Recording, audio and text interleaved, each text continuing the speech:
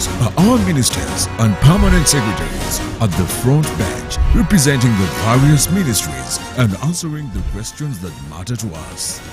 Join the conversation. This is the front bench.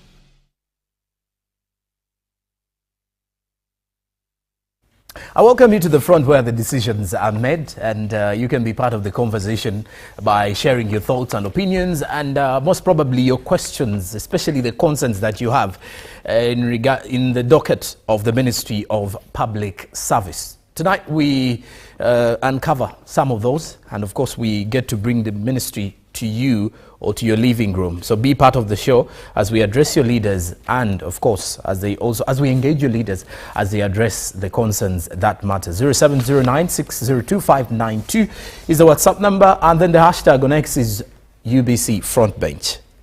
Well, last week I mentioned we had the Public Service Commission, and if you're part of the show, you could definitely have been part of the conversations that we had when we had the chairperson and the permanent secretary. One may wonder, though, what is the difference between the Public Service Commission and the Ministry of Public Service? Because we also need to know which roles do the two government bodies or institutions do. And in that capacity, Honorable Wilson Muruli Mukasa will be taking us through the same. Honorable, we start from there. The Public Service Commission and the Ministry of Public Service, where are the differences at, and do you have similarities in one way or the other? Well, we have fairly different roles. The Ministry of Public Service is the ministry mandated to manage affairs of the human resource and a few other things, processes and what have you.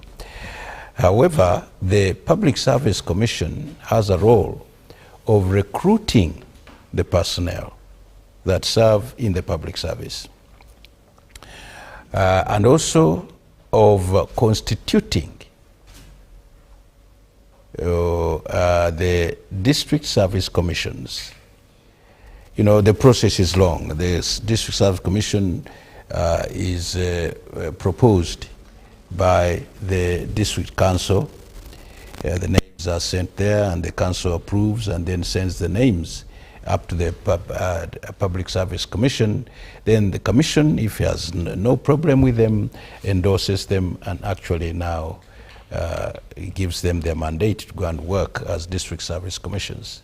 Apart from that, the District Service Commission also is responsible for training these district service commissioners and inducting them in their job, that they do a good job that is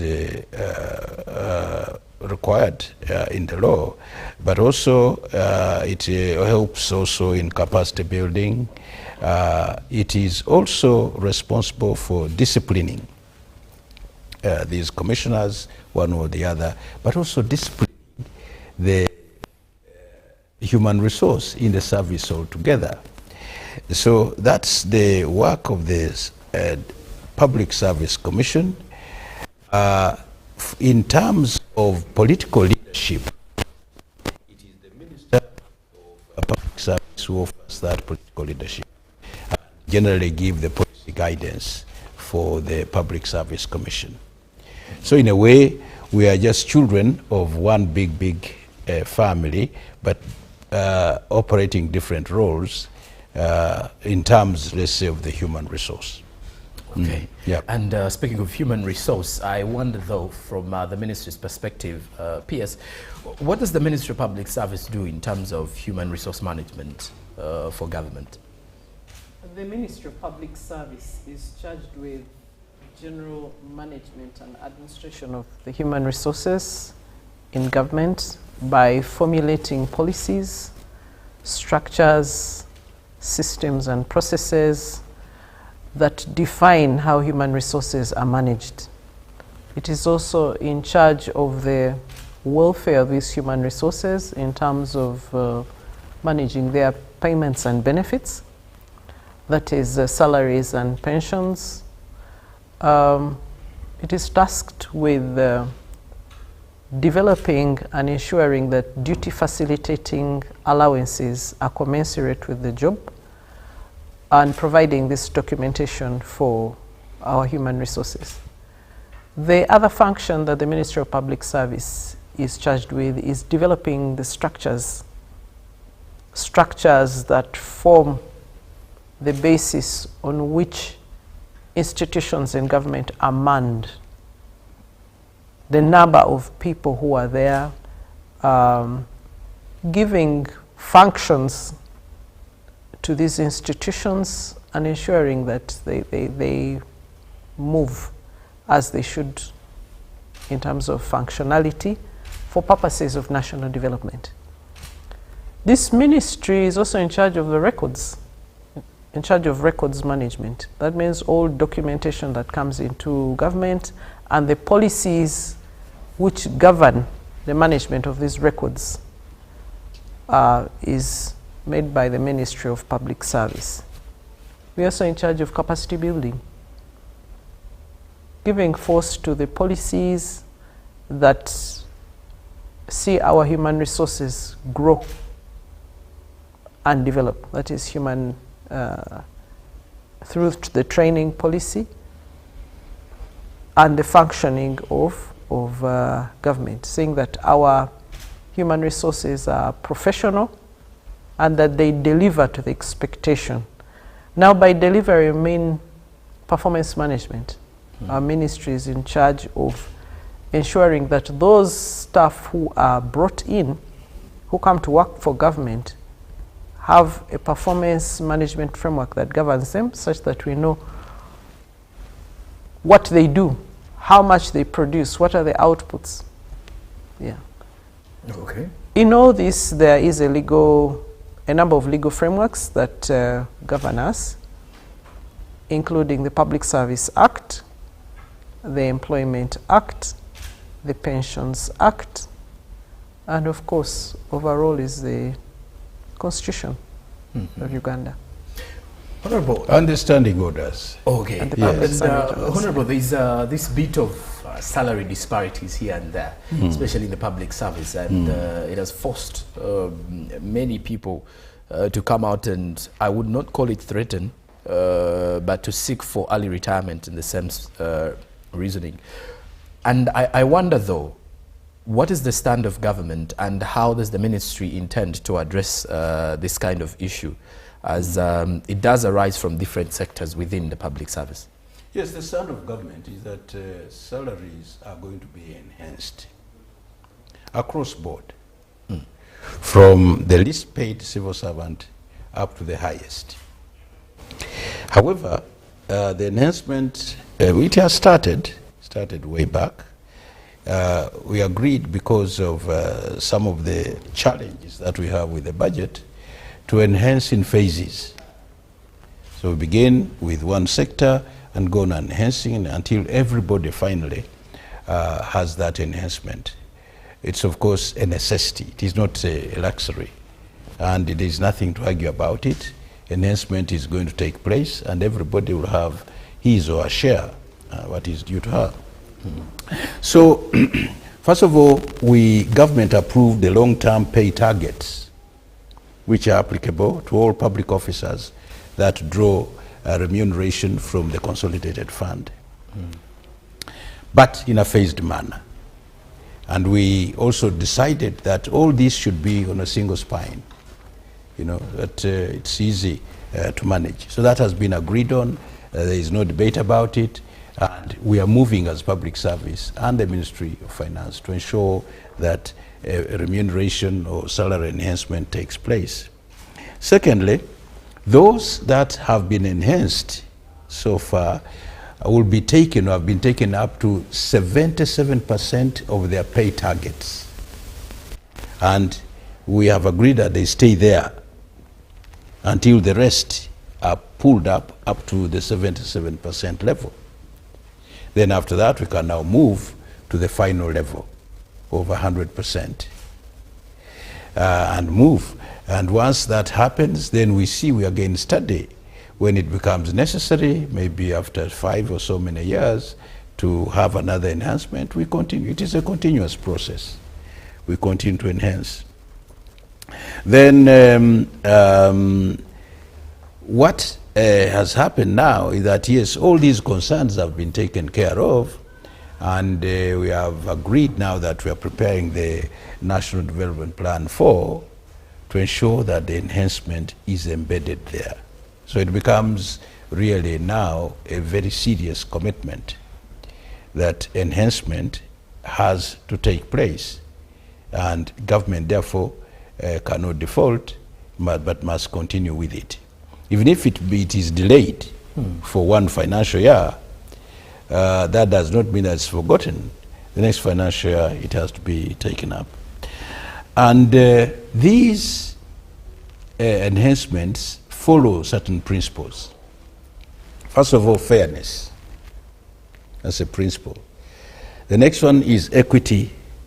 You see, that's also a principle. You know, the kind of thing the unions talk about, equal pay for equal work and so on. You know, so that equity is embedded. And then, of course, the pay or the scale is in large informed by the weight and the responsibility of the job that one is doing. These others, of course, the academic requirements and what have you, but these are really the three main principles that are followed. Therefore, yes, for now, this disgruntlement, because some people have been enhanced, scientists, for instance, have been enhanced, let's say in the teaching profession. You have some of the leaders, the managers in the public service, their salary has been enhanced, others, and then we have, for instance, in the security forces, yes, a number of cadres in the security forces have been enhanced, right from the footmen up to the senior officers, across board, the police, prisons, and the intelligence, and in the teaching service as well, and the universities as well. Yes. So I think any Ugandan can see that, yes, government is serious. Once you see that some of your colleagues have already got an enhancement, then the most logical feeling is that, yes, let me just wait, my turn is coming. Okay. Yes, and certainly when we worked out all this, the pay that everybody is going to get is going to be good enough. Okay. Yeah, it is weighted according to, the current market rates and the current economic situation. Okay. And you can be part of this conversation by sending in your question via the number that you're seeing on the screen, 0709-602-592, and we shall be getting those questions answered by my two guests this evening. But before we head into that, PS, let's look into the issue of new technologies and how the ministry is integrating this in the public sector, because the world is now moving into the era of technology, fast moving. I wonder though, how is the ministry integrating this? The ministry has been at the forefront of electronic government. That is where we're using new technology to achieve a number of things, especially our core mandate on human resource management. We started with the Integrated Payroll and Management System, that is the IPPS, in 2010, and recently in 2021 we have upgraded to a new system, which is the Human Capital Management System, which automates all human resource management functions, right from recruitment to payroll management to payment of pension, leave management,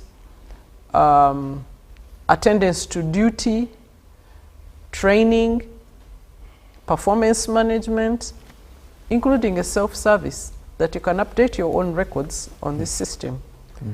Now, this system is integrated with the National Identification System, so that even for authentication of a civil servant, it's just by a click of a button, then you have access to the national ID and you see whether this person is genuinely who they say they are.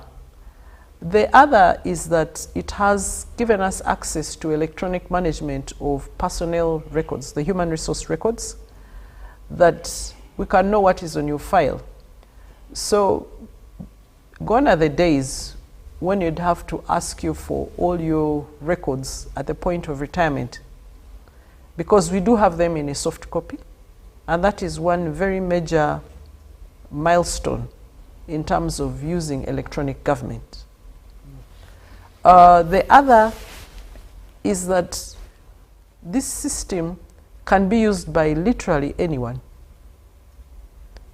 It gives you your date, it can update your record by reminding you about your date of birth. On your birthday, you get a message.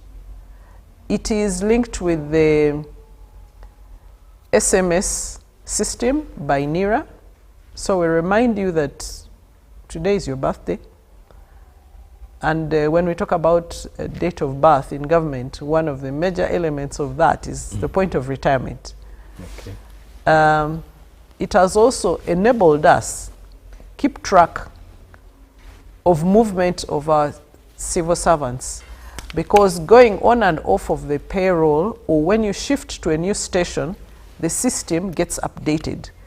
So I can tell where the civil servant is by just either using their number or the name and profession. I put in a few parameters and I'll know where they are. So that is how far we have gone. That's one system. The other one is the integration of a number of different systems of government in form of providing services under one roof, that is under the one-stop centers that we have in Hoima, we have in Kasese, we have at the Ministry of Public Service, there's one in Lira, where we have integration of these systems at the back end, that if you go to pay your license, you can also have the registration of your business made at the same point. You can check on your passport at the same point. You can renew a national ID, and that is because of the integration using the one bus. That is one of the others that we are using. A third one in terms of electronic government is the electronic document management system, where we have introduced a homegrown system. This was done by innovators, Ugandan innovators, under the Ministry of ICT and National Guidance. And we have since, as government, acquired this system, where we, instead of using the paper mail, it is scanned, uploaded, and from one point, you can send this mail and track the mail to different officers. It has made our life much easier and quickened processes of management of this mail. It has also quickened the retrieval, in that in a twinkle of an eye, I can retrieve mail that came months back. If someone is inquiring about something, instead of going to the registry or sending for this file from the registry and taking maybe a day or a week, now it's just by a click, and I can retrieve the file, the subject matter file, and know what was the response, and I provide it. Okay. Fourthly, there is another system which we have been using in order to manage our pension records. And this was a precursor to this last one, the electronic records document management system. And that is integrated into our human capital management system, and also makes retrieval and processing of human resource records very smooth. Oh, okay. And well, the PS mentioned something about your birthdays. Now, next week I'll be adding a year. And I thought it would be better for me to pass it here. Maybe you can pass those gifts coming in. But that's it. After the break, when we do return, we're going to be having conversations around recruitment. And besides the recruitment, we need to look into the corruption bit of things. How does the ministry deal with these tendencies? But then more of the questions coming through, including those that you've already sent, and we shall be answering and speaking to the same. Keep it here on the front page. Good evening.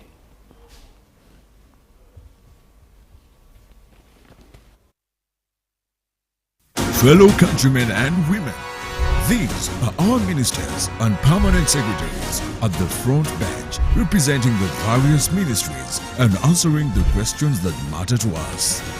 Join the conversation. This is the front bench. Welcome, traveler, to the adventure of a lifetime. Rare, beautiful, and precious. Embrace the unique, unforgettable, and extraordinary. Come and explore Uganda, the pearl of Africa.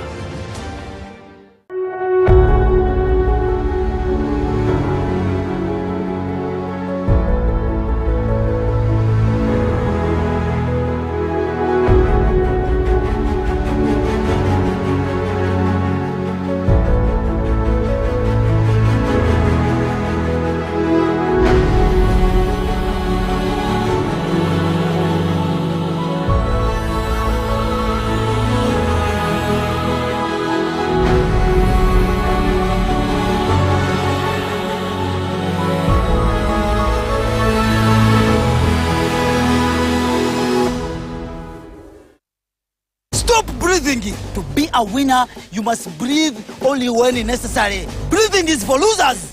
What is that? Did I give you permission to sweat? You can sweat in your free time. Push the arms straight. Winning is hard, but with MTN Momo, it's easy. Simply pay or shop with Momo for a chance to win mobile money every day. Use the Momo app or dial *165*3#. Fellow countrymen and women, these are our ministers and permanent secretaries at the front bench, representing the various ministries and answering the questions that matter to us. Join the conversation.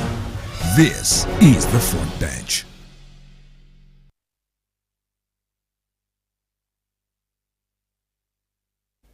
All right, we'll be back from the break and we continue to have the conversations here with the Ministry of Public Service. And of course, we're looking at the efforts of human resource management, of effective human resource management in Uganda. The key word there is effective. How effective? And we can also add the word efficient because at least that gives us a clear picture of what we want to achieve as a country. And in the same regard, saying that public service is not only beneficial to those working within it, but also to you, a Ugandan who is supposed to be receiving these services from the government. Now, let me head to the Honourable Minister of Public Service. Honourable, let's look into the strategies that are being implemented by the ministry to ensure that the MDAs and the local government do process the salaries on time, gratuity on time. What are those strategies that you've laid? Well, one is really automation, again using that e-arrangement or ICT so that you know, when the salary has been worked on and it's agreed, it immediately goes to the account of the beneficiary. You don't gone are the days when checks were written and what have you. So that's important. But also there is a policy, really directive, which was adopted by Cabinet, that the salaries, pension and gratuity should be paid by the 28th of every month. So, and that's a policy that's been followed since it was adopted. And then the processes, I think, should begin by the 5th of every month. The policies, you know, the processes of making sure somebody is going to be paid begin. And therefore, now there is actually no delay. And obviously, the reconciliations and monitoring of the payment of salary and gratuity, that is done in record time. So now it is not possible that there should be salary delays. But of course, even in the budgeting, you know, like now we're in the budgeting process for the budget of the following financial year, all the computations are done and captured, you know, so that you don't have to worry in the end if you have to pay that maybe you left out somebody or a few other people came in as we went along, and therefore the salaries are not possible. So these are the strategies or the approaches and the processes that we have put in place to ensure that salary is paid on time and everybody gets what is due to her or him. Yes. And in the same regard, Honorable, I wonder though, the bit of the corruption, this is something that concerns all of us in the country. Cases of corruption, bribery, and when it comes to the Ministry of Public Service, how do you tackle, you know, this particular vice of corruption within the ministry, especially during the time of recruitment? How are you dealing with that? Oh, well, you see, as a ministry, we don't do any recruitment because there are commissions, service commissions that do the recruitment. Okay. Not only the Public Service Commission, there is the Health Service Commission and the Teaching Service Commission and the Judiciary, the Judicial Service Commission, and of course we have the Parliamentary Commission. However, in terms of policies and what have you, regarding the recruitment exercise or process, public service has a big say. So what we do is, as much as possible now, okay, there are also the district service commissions. As much as possible, we want to limit, or we limit, the human contact in the process. You know, gone are the days when people would go, look around, lobby for this and that, maybe to get on the short list for interviews. That is no longer the case now. So we have taken advantage of the advanced technology to ensure that, okay, applications are solicited, applications are made and submitted, again, through the e-arrangement, and then if there are any interviews to be done, there's aptitude, they are also prepared and done along the e-arrangement. And the good thing is that people, actually, if it is going to be shortlisting, even for aptitude, that e-document, that e-platform carries out the shortlisting. Yes, and tells people who are supposed to benefit that they should go for interviews. Now, the good thing that when you are answering the question and so on, you get to know your results immediately. Whether you have passed the passing mark that is required. If you have, that means therefore you're now graduating to the other level of the oral interviews. So one way is really to reduce human contact. The other one is that, yes, Cabinet has directed the Ministry of Public Service to look into this issue of corruption, because it's gone too far. There's a big outcry, not only in the service commissions here at the top, but also mostly in the district service commissions. I think that's where there's a lot of outcry. And actually we are looking into it together with the IGG, and we are soon going to make a report. But our emphasis has been, yes, okay, it's there are instances and what have you, but what are the underlying causes? What are the drivers leading to this? Because for it to take place and to be successful, there must be the situation which allows that thing to be so. So we are looking into that, and very soon I think we shall have a report. However, it's not only that. What we do for such cases, there have been cases where people have been caught red-handed, soliciting or even accepting bribes from people who want the service, and some of them have been successfully prosecuted in court. And where, of course, when that happens, then that officer is no longer dismissed from the service commission and cannot therefore be a member, cannot be again reinstated on the commission. So we are really looking around, and we have been benchmarking.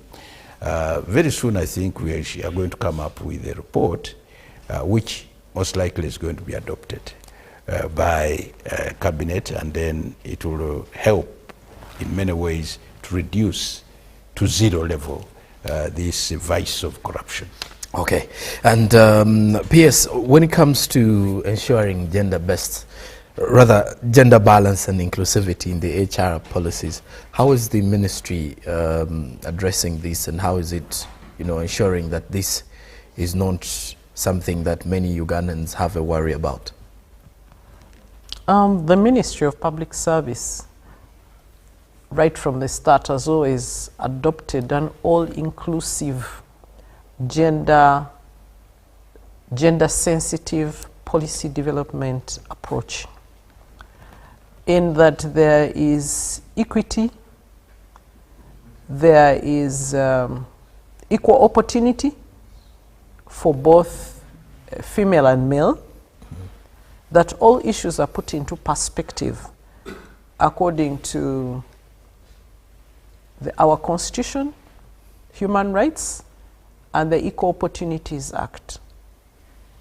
Under the Uganda Public Service Standing Orders, each of these gender, for every regulation, for every framework, for every guideline that we issue, there is no disparity between the genders. We have gone ahead to include even what the UN has prescribed for breastfeeding mothers, for child play areas in our regulations, for paternity leave. Are you aware there is a good period for paternity leave? In conformity to the Employment Act, we have extended the maternity leave. We also have policies on retirement based on gender grounds. Okay. That if your spouse is, if you're overburdened by duties which are gender related, for example, you have a big family or young children, you can take a break. You can ask for leave based on gender grounds. It may be early retirement. It may be leave without pay to join your spouse or to take care of the younger Ugandans. Okay. So we are gender sensitive. And we have also made it inclusive in terms of our stakeholder engagement. When we are doing a stakeholder engagement in order to develop policy or realize gaps, we take care of the gender perspectives. When we are implementing policies, whether it is capacity building or discipline, we put things into perspective based on using a gender lens. And that is one of the issues that we do. We have also included flexible work arrangements, wellness programs, taking care of the gender issues. And I think we don't have a problem in that area. Okay. And let's also talk about the issue to do with how is the ministry trying to handle the growing public service working force, while also maintaining the element of efficiency and effectiveness whenever you're recruiting, let's say, whenever we have new recruitments from the public service? The growing workforce is managed based on what the budget can afford. Then we look at the critical functions. What is it that is necessary for us to do as government to improve the private sector? What are those policies that hinge on effectiveness of doing business in Uganda, on promoting the development agenda? And our thrust is in that direction. If I may give a typical example, right now as the public sector transformation program, which is chaired by the Ministry of Public Service, we are focusing on the ATMs, that is agriculture processing, tourism, mineral development, and science and technology. That is where we focus, because this is the government priority in terms of growing the economy and meeting our vision 2040. And it is the direction that we have been given by the National Development Plan 4. So where we are given focus is where we move. Another aspect that gives effect to how we manage the service and how it is grown is seeing that the critical areas like heads of departments, especially in the local governments where there has been, some of them are not at the 65% which would want, are covered. Then we look at what are those areas of key productivity which would drive the economy. We look at how they are doing. How are they meeting the government targets? How are they growing? And that is how we manage it. The other is through performance management. We do have a performance management framework. We are moving into perspectives of the balanced scorecard, of ensuring that every civil servant has got key performance areas that are tagged to the ministry or institutional strategic plan, and also based on their program, such that whatever they are doing is measurable. And that is how we are managing that. Of course, the other is to listen to what the private sector has to say. What is our citizens saying? We do have a feedback mechanism. One of them is through the barazas. The others is by direct feedback to the various institutions and the various arms of government. And I wish to add that we have got arms of the executive in all areas of government, the RDCs, who give us a feedback. We also follow the commitment of government. For every term of government, we know that there is the NRM manifesto. It also guides us, and we have commitments that we make in there. As a Ministry of Public Service, we are charged with ensuring that their client charters, we make a promise to the public. And for each institution, it has what it articulates, its promise to the public. I will provide you with payment of your salary by the 28th, just giving a typical example, 28th of every month. Or your land will be registered in this period of time, or your search for the land, you get a result in a minimum of 48 hours. So these client charters are one of the ways in which we ensure that we are informing and feeding into the needs of the public by giving them this promise. Another is by issuing costed service delivery standards. In order to have an occupation permit, this is what you will have to pay. I will deliver it to you in this form. So we do have costed service delivery standards for most of the key areas, especially in the local governments. And that is one of the ways in which you can measure our effectiveness, whether we have met it or not. Okay. Honorable, I want us to look into the issue of the underperforming local governments and how the ministry intends to, to help them perform better. But before that, I have some comments coming through here. This one is Mother Nimsima in Chigo says she's watching. Thank you for the deliberations. Doesn't leave a comment. Martin Otim in Kitugum is asking.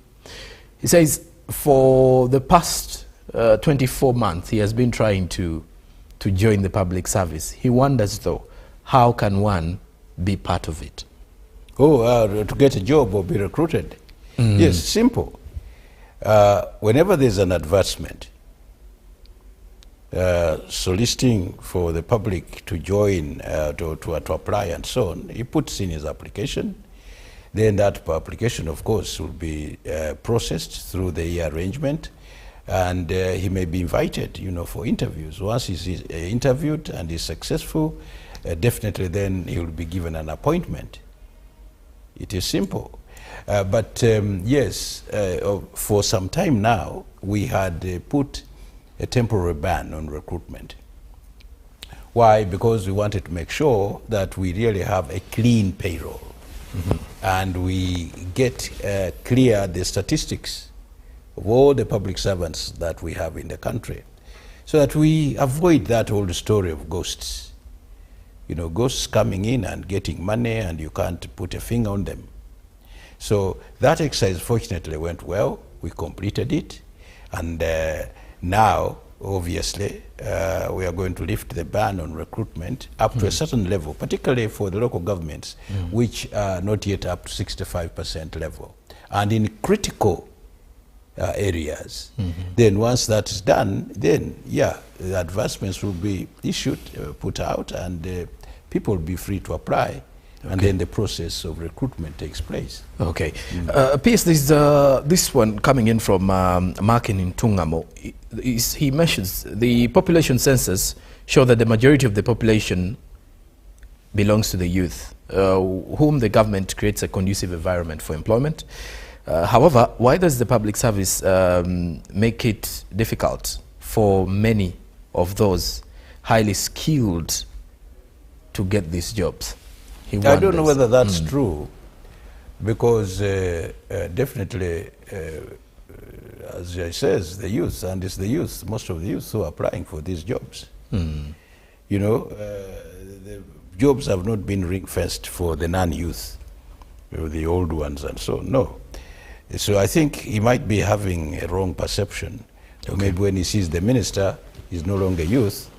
He thinks all the public service jobs are occupied by people of that age. So he should not be worried at all. Okay. Once an opportunity has arisen and there is an advancement, let him put in his age. Age is not a limiting factor. For as long as you are an adult. Okay. Yes. And Honorable, earlier I wanted us to look into the issue of the underperforming local governments.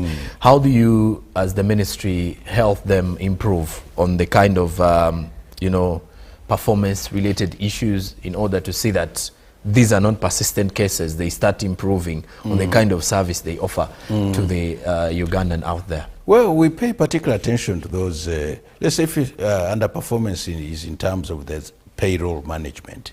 Okay. We make sure that every month we review their performance, and then we help them. Actually, we even give some training at our civil service college to the officers concerned, so that if they are underperforming because they don't know or they lack the skills, then we make sure we provide them with the knowledge. And it doesn't stop there. We continue, we monitor what they are doing. Then we have all these audits, for instance, what they are doing. We look at the systems they have put in place, if it's payment and what have you. And then from time to time, we issue guidelines. You see, they are not left alone. We guide and we offer circulars, and sometimes we call them up to headquarters and share with them. If it's not possible, our officers go there.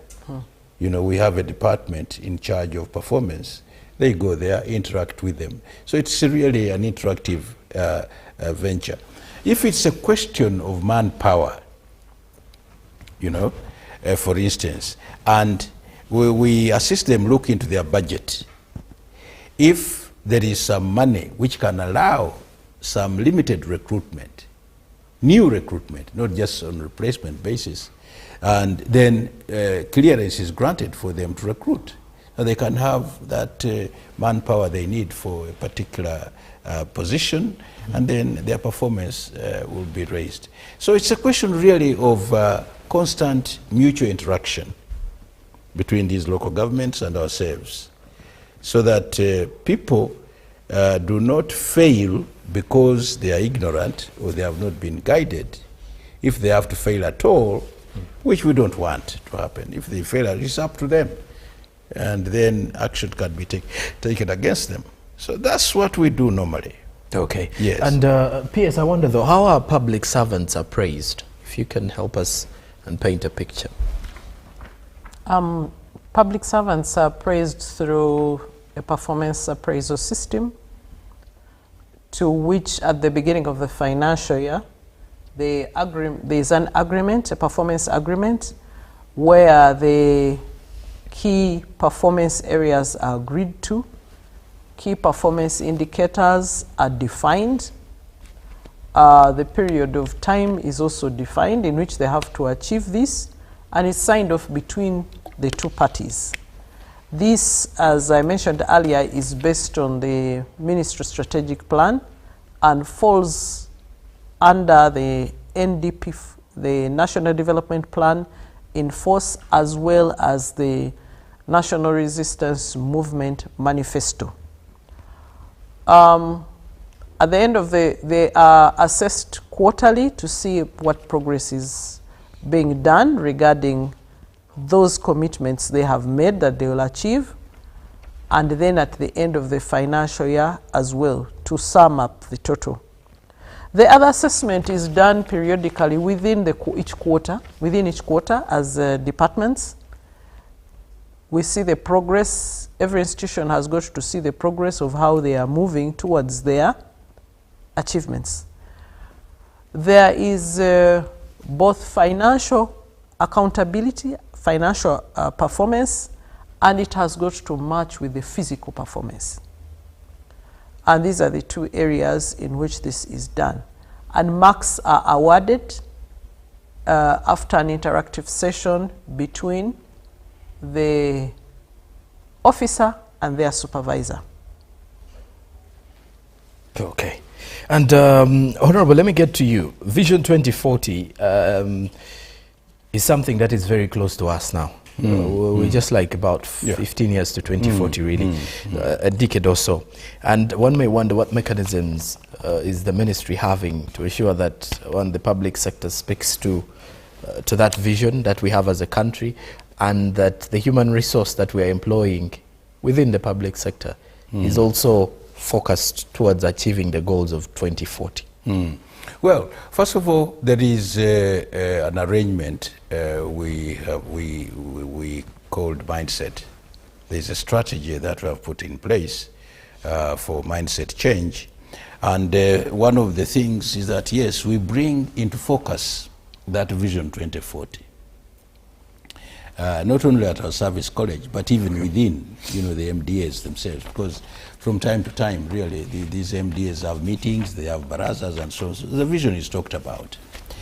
And then, obviously, people, those who are already in the service, whatever they do, they peg it to Vision 2040 on a daily basis, you see. Then in the new recruitment, yes, definitely those who are recruited, the new staff, the new are also aligned, to Vision 2040. So it has to be, the vision must be clarified. Yes, it is clear. And then given the kind of work that you are going to do, it is cut out, it is fashioned, and the mission also has to be clarified, and the objectives, and whatever you do. So whatever you do, even on a daily basis, and you accomplish it, you know that what you are doing piece by piece is going to add up to the realization of Vision 2040. In other words, not only your performance, but also whatever you do, whatever is required, the ethical standard and the way you carry up yourself all along will bring about Vision 2040. So this is what we are doing. And of course, the other management practices that are in place, the client charters were talked about by the PS, those are in place too. And then the service delivery standards, those are also in place. Then we also have something called rewards and sanctions. Yes, the rewards and sanctions in the service. You do something good and it's commendable, you are given a reward. You do something which is funny, not quite up the mark, then you are sanctioned. So all those are meant to ensure that we fulfill the vision, or whatever we do will lead to the Vision 2040. In addition to the circular standing instructions, the training and development, and then the evaluation of the performance. Yes, every employee is evaluated, and to see the performance. And if it is falling short, then you are told you have to make an improvement.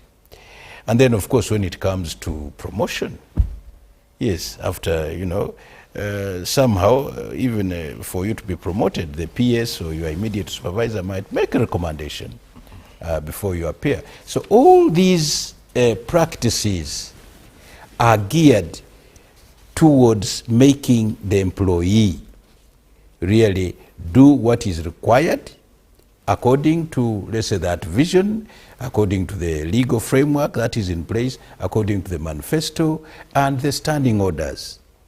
But the overall is that, yes, our client, that is the person we serve, the Ugandan, must be satisfied with our service. Well, indeed. Yes. And our time is fast spent, but in your parting shots, I'll start with the PS. The parting shots, PS, if you can help us understand how the ministry handles cases of non-compliance or violations, especially within the public sector, that would be better as we are winding up with the conversation this evening. Cases of non-compliance are handled by raising these issues with the various accounting officers and asking them to explain why they haven't been compliant, and also tasking them to present the actions they have taken towards disciplining these officers. The other is highlighting the legal connotations in view of the violations and raising them with the audit, or where it is criminal in nature, directing them for investigation. And that is how we do it. Okay. And Honorable, your final question would be looking into, do we have any projects or success stories from the Ministry of Public Service that you've built on, that you're building on, and how the future looks like for your ministry? Oh, yes, yes, yes. There are many success stories. First of all, we have, let's say, these service centers.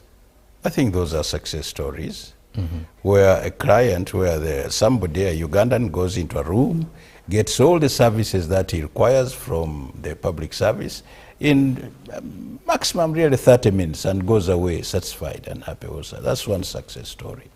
Then the various institutional changes that we have put in place. We have reduced, for instance, the processes of doing business from those cumbersome things which were there, about 20, 30, 40 processes. Many of them are now under 10, reduced to 10. You do something, you fill in something, you fill in a form, and the answer is given outright. But I think one other flagship that we have now is the trimming of the agencies, the ministries, and the departments. What we have codenamed RAPEX. I think that is a flagship and it's a success story. Because government is going to, the agencies and so on are going to be trimmed, and they are going to serve in a more efficient but cost-effective manner. So there are very many. Plus, of course, the use of IT in the provision of services, that is also, I think, a success. But we also have the Civil Service College, which has trained many of our public servants. To date, really, I think in the last 2-3 years, we have trained over 3,000 of the public servants who are there.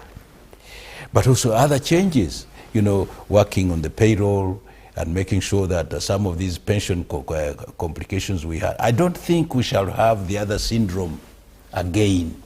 I don't want to use the name, but that syndrome where there was a big scam pension, that is long gone. Okay. So these, I think, are success stories which make us very happy as managers of public service that we are doing something good. And the consumers of our services, I think, feel confident that the future is good for the service and for themselves.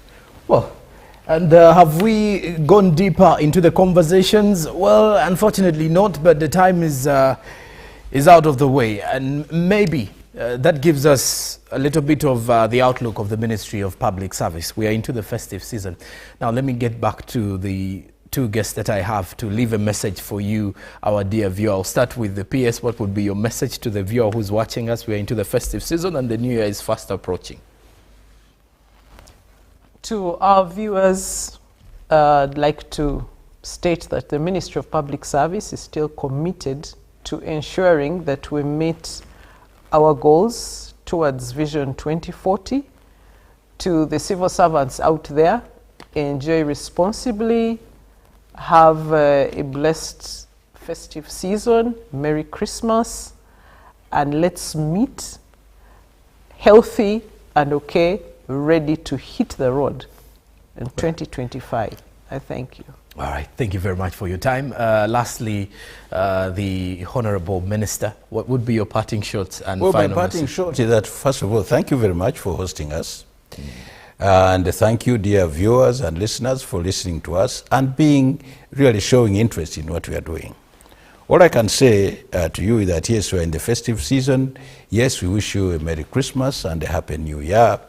And for those people who are bent on deforming the standards and services, I think let them take advantage of the birth of Jesus Christ to be reborn. And they have a renaissance and become better citizens. But all in all, when he said that we are committed to serving our fellow Ugandans very well to the best of our ability. And please, Ugandans, come and enjoy your service. It is free. Thank you. All right. Thank you both for your time this evening. My two guests have been the Minister of Public Service and, of course, the Permanent Secretary of the same ministry, Honorable Wilson Muruli Mukasa, and the PS, Mrs. Catherine Musingwire, who have been with us this evening. Now, next Monday, we shall be having the Office of the Prime Minister coming at the front, so be sure to catch the show starting 8:30 p.m. on Monday next week. But in the same regard, on the 25th of November till tomorrow, the 10th of December, the conversations have been around the 16 days of gender-based violence. So you need to speak against that as an individual. But for now, the front bench lets you have a good and a wonderful night. For this entire week, we wish you all the best. I'm Joram Paul Ssonko. Till next Monday, good evening. Oh, Uganda.